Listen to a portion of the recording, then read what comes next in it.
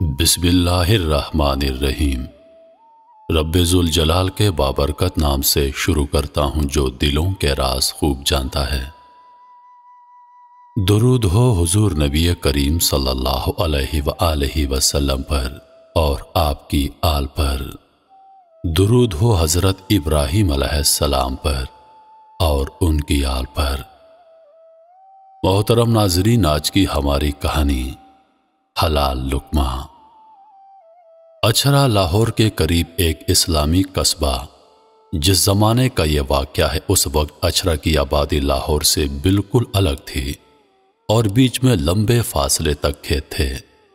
کئی سال گزرے اس قصبے کی جامع مسجد میں نماز مغرب پڑھی جا رہی تھی کہ اچانک نہایت ہی دبلا پتلا مسافر آیا اور شامل نماز ہو گیا۔ اگرچہ یہ مسافر محض ہڈیوں کا ڈھانچہ تھا، تاہم اس کی صورت با اثر تھی۔ نماز پڑھی گئی اور نمازی اپنے اپنے گھر چلے گئے۔ تھوڑے عرصے بعد ایک مقامی مسلمان کھانا لے کر داخل مسجد ہوا اور اس نے وارد سے کہا، آپ بھوکے ہوں گے، میں کھانا لایا ہوں، براہ کرم تناول فرما لیں، آپ کی بڑی عنایت ہوگی۔ مسافر نے جواب دیا، لیکن معاف فرمائیے مجھے کچھ پرہیز ہے۔ مقامی مسلمان نے جواب دیا، حضرت آپ کچھ فکر نہ کریں، یہ سادہ سی روٹی ہے، مرچ کم ہے اور گھی بھی بازاری نہیں ہے۔ مسافر نے جواب دیا، بھائی میرا یہ مطلب نہیں ہے۔ مقامی مسلمان نے پوچھا، پھر کیا مطلب ہے؟ یہ سوال سن کر مسافر چپ ہو گیا اور مقامی مسلمان اس کے چہرے کی طرف دیکھنے لگا۔ چند منٹ بعد مسافر نے زبان کھولی اور کہا، امید ہے آپ مجھے معاف فرمائیں گے، مجھے آپ سے کچھ بھی کہنے سننے کی ضرورت نہ تھی، لیکن آپ کھانا لے کر آ گئے تو مجبوراً مجھے عرض کرنا ضروری ہو گیا ہے۔ آپ جانتے ہیں کہ شریعت اسلام میں طعام حلال نماز پنجگانہ ہی کی طرح فرض ہے۔ ایک روایت میں ہے کہ اگر کسی مسلمان کا لقمہ حلال نہ ہو تو اللہ کی بارگاہ میں نہ اس کے فرض قبول ہوتے ہیں نہ نفل، چونکہ اس انگریزی راج میں حلال اور حرام کی تمیز اٹھ چکی ہے۔ اس واسطے میں جب تک پوری جان پہچان نہیں کر لیتا، میں کسی بھائی کو بھی کھانے کی تکلیف نہیں دوں گا۔ مقامی مسلمان نے کہنا شروع کیا، حضرت آپ نے یہ کیا فرمایا؟ معاذ اللہ، میں حرام خور نہیں ہوں، یہ چوری کا مال نہیں ہے جو آپ کی خدمت میں پیش کیا گیا۔ میں یہاں منڈی میں آڑتی ہوں اور بیوپار کر کے اپنی روزی کماتا ہوں، آپ اس کا وہم نہ کیجیے۔ اس پر مسافر نے جواب دیا، تو پھر آپ کی تجارت کے کسی مرحلے میں سود کا لینا دینا نہیں ہوتا؟ جس کے جواب میں مقامی مسلمان نے جواب دیا کہ میں یہ تو نہیں کہہ سکتا، کئی مواقع پر ہم کو منڈی سے قرض دینا پڑتا ہے اور مقررہ شرح پر سود بھی دینا پڑتا ہے، اسی طرح تجارتی مال کے ہیر پھیر میں دوسرے سے بھی ہم سود وصول کر لیتے ہیں۔ اس پر مسافر نے جواب دیتے ہوئے کہا، تو بہت اچھا، میں معافی چاہتا ہوں کہ آپ کو تکلیف ہوئی۔ احکام قرآن کے مطابق وہ تجارتی منافع جس میں سود کی آمیزش ہو حلال نہیں کہلا سکتا۔ ممکن ہے آپ تجارتی رسوم یا حکومتی اصرار کے ماتحت مجبور ہوں، لیکن میں مجبور نہیں ہوں۔ بے شک آپ کو تکلیف ہوئی اور آپ کی دل شکنی ہوئی ہوگی، مگر آپ کے اسلامی اخلاق سے امید کرتا ہوں کہ آپ اس کے لیے مجھے معاف فرما دیں گے۔ اس کے بعد مسافر نے مقامی مسلمان سے رخ پھیر لیا اور قبلے کی طرف منہ کر لیا اور یاد خدا میں مشغول ہو گیا۔ مقامی مسلمان اس آخری جواب سے سخت مضطرب اور پریشان ہو گیا۔ اس نے نہایت ندامت سے برتن اٹھائے اور سر جھکا کر واپس چلا آیا اور برتن گھر پہنچا کر ہمسایہ کے ہاں پہنچا اور اس سے کہا، مسجد میں ایک بزرگ مسافر آئے ہیں، آپ اپنے ہاں سے کھانا لے کر جائیے اور کھلا لائیے۔ یہ ہمسایہ مقامی ہسپتال میں ڈاکٹری کا کام کرتا تھا۔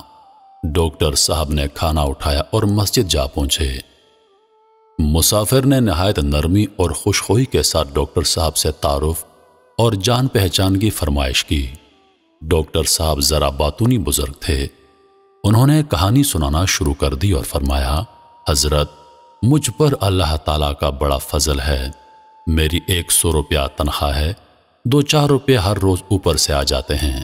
بڑا لڑکا کچہری میں ملازم ہے، وہ 85 روپے پر تنخواہ پاتا ہے اور 2-4 روپے روزانہ وہ بھی لے کر آتا ہے۔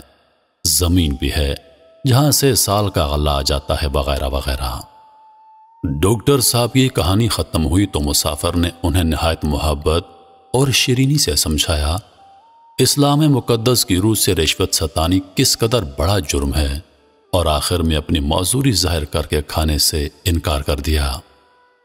مسافر کی گفتگو اس قدر سنجیدہ اور باوقار تھی کہ ڈاکٹر صاحب نے بھی اس کے سامنے اپنی گردن خم کر دی اور بڑی ندامت کے ساتھ کھانا اٹھا کر گھر واپس چل دیے۔ یہاں تاجر صاحب پہلے ہی ان کے منتظر تھے۔ یہ دونوں نہایت درد و ندامت کے ساتھ ایک دوسرے کو اپنی کہانی سنا رہے تھے کہ 2-4 اور نیک دل مسلمان وہاں جمع ہو گئے۔ انہوں نے بھی یہ دونوں کہانیاں سنی اور آنن فانن یہ بات محلے میں عام ہو گئی۔ ڈاکٹر صاحب اور تاجر صاحب نے مل کر عرض کیا، اب کسی زمیندار کے ہاں سے کھانا بھجوانا چاہیے تاکہ اس پر سود یا رشوت کا الزام نہ آ سکے۔ چنانچہ اسی وقت ایک زمیندار کے ہاں سے کھانا بھجوایا گیا۔ مسافر نے ان سے پوچھا، آپ کے پاس کوئی گروی زمین تو نہیں ہے؟ جب زمیندار صاحب نے اس کا اقرار کیا تو مسافر نے انہیں پھیر دیا اور کہا، جو شخص مسلمان ہو کر زمین گروی رکھتا ہے اس کی کمائی حرام سے خالی نہیں ہو سکتی۔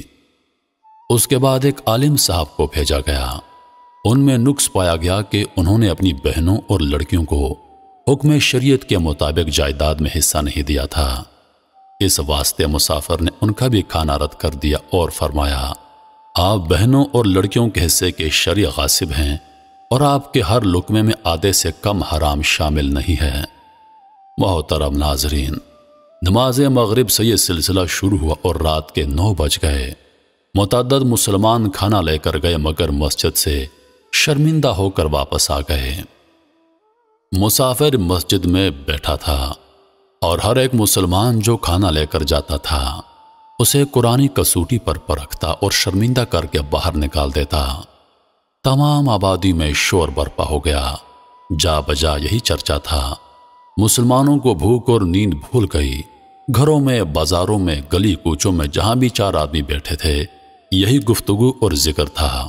جب کسی جگہ ایک مسلمان دوسرے کو کہتا تھا تم کھانا لے کر جاؤ تو وہ اسی وقت اپنے کانوں پر ہاتھ رکھ دیتا۔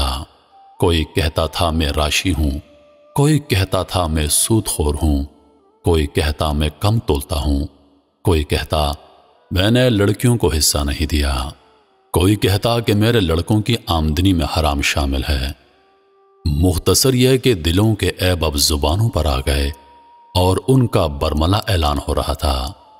اگرچہ اچرا میں ہزارہ مسلمان آباد تھے مگر ایک شخص بھی عقل حلال کا مدعی بن کر سامنے نہیں آتا۔ بزرگان قصبہ کی گردنیں خم تھیں۔ با احساس مسلمان زمین میں غرق ہوتے جاتے تھے کہ آج ہزارہ مسلمانوں میں ایک شخص بھی نہیں ملتا جو ایک ایسے مہمان کو جو عقل حلال کا طالب تھا ایک وقت کا کھانا کھلا سکے۔ رات کے 10 بج گئے مگر کسی گھر سے کھانا نہ گیا۔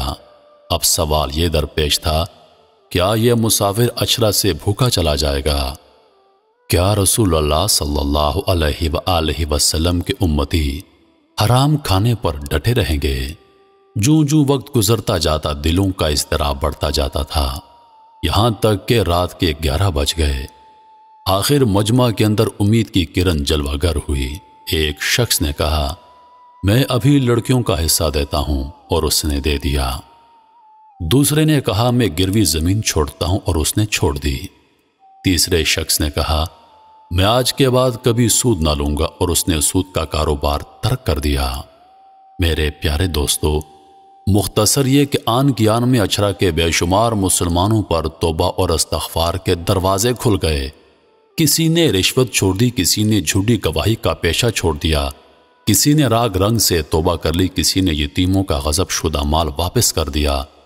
اس کے بعد تعین کی جماعت کھانا لے کر مسافر کے پاس آئی اور اسے بتایا گیا کہ اچھرا کے بے شمار مسلمان اب اللہ کی بارگاہ میں جھک گئے ہیں۔ انہوں نے اپنی غلطیوں کو محسوس کر لیا ہے اور اب عملی اصلاح توبہ کے بعد آپ کے پاس آئے ہیں اور یہ کھانا پیش کرتے ہیں۔ مسافر نے جب یہ واردات سنی تو سجدے میں گر گیا۔ اس کے بعد دسترخوان بچھایا گیا جس میں سے مسافر نے چند لقمے کھائے اور اس کے بعد لوگوں کو رخصت کر دیا۔ صبح کے وقت اچھرا کے بے شمار مسلمان جوگ در جوگ مسجد میں آئے تاکہ باخز انسان کی زیارت کریں جس کے اخلاق نے اپنے صرف ایک ہی عمل سے اچھرا کے آدھے مسلمانوں کو صحیح معنوں میں سچا مسلمان بنا دیا۔ مگر وہ حیرت زدہ رہ گئے جب انہیں بتایا گیا کہ مسافر تہجد کے بعد مسجد سے نکلا اور واپس نہیں آیا۔ محترم عزیز دوستو، یہ ایک واقعہ ہے جس سے معلوم ہو سکتا ہے کہ اہل اللہ کس طرح خلق خدا کی اصلاح کرتے ہیں۔ مسافر نے کوئی وعظ نہیں کیا، کوئی چلا نہیں کیا، کوئی کتاب نہیں چھاپی، کوئی درس و تدریس کا نصاب نہیں بنایا۔ وہ مغرب سے تہجد تک صرف چند گھنٹے اچھرا کی جامع مسجد میں ٹھہرا، مگر جب وہاں سے نکلا تو صدہا مسلمانوں کی اصلاح ہو چکی تھی۔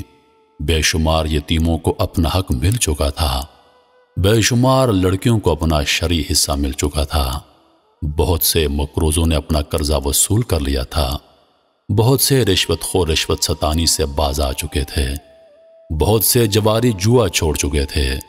یہ سب کے سب لوگ تقریباً وہ تھے جن پر صدہا مرتبہ قرآن پڑھا گیا، جنہیں 20 مرتبہ وعظ سنائے گئے اور جن سے متعدد مرتبہ پنچایتوں نے جمع ہو کر اہل حق کے لیے حق کا مطالبہ کیا، مگر وہ ظلم و ستم سے باز نہ آئے۔ لیکن اب وہ ایک ہی رات میں اس طرح از خود گناہوں سے تائب ہو گئے کہ گویا انہوں نے کبھی گناہ نہیں کیا تھا۔ پھر لطف یہ کہ سارا کام نماز مغرب سے شروع ہوا اور اسی رات 11 بجے ختم ہو گیا۔ ایسے ہی باعمل اور باخز انسان ہیں جن کی نگاہوں سے قوموں اور ملکوں کی تقدیریں بدل جاتی ہیں۔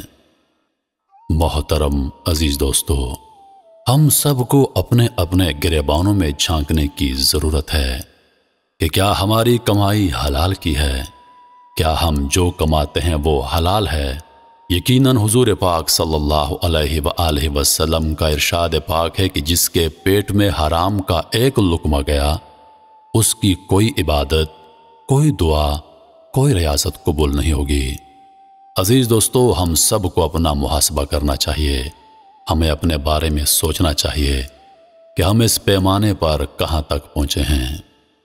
آخر میں آپ سب دوستوں کو بتاتا چلوں کہ اس بزرگ کا نام حضرت مولانا عبد الماجد دریابادی رحمۃ اللہ علیہ تھا، جنہوں نے چند گھنٹوں میں اللہ کی مدد سے یہ سب کچھ کر دکھایا تھا۔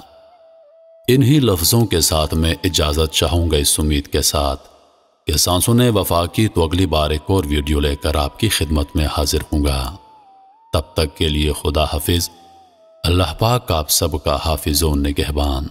ہنستے رہیے اور ہمیشہ مسکراتے رہیے۔